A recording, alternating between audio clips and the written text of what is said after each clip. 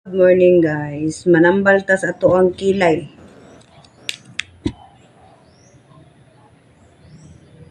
Manambal tas atong kilay kay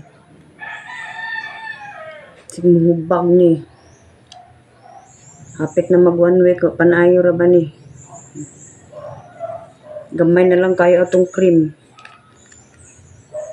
Da. Kilay pa more.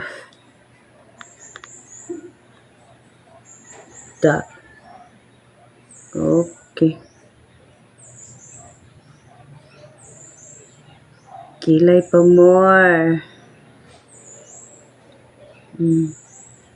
Dili pa healed atong kilay guys. Wala pa naayo atong kilay. Kuha naman gud ni siya. Kanang retouch. Pangkaduhan na siya ba?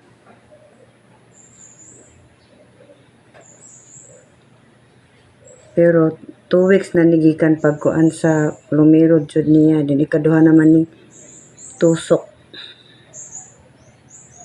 Dugay ano wala ang ikaduha na tusok. Grabe kay kasakit pagka ikaduha na uy. Kapit ko magkuyapan sa kasakit. Kurog na gud akong unod. Kaya dili pa siya held dayon gi retouch mo tong sakit jud siya. Madalas anesthesia. Ano na siya sapit na mahurot mo ni siya ang tambal sa kilay ko. Pakilay mo.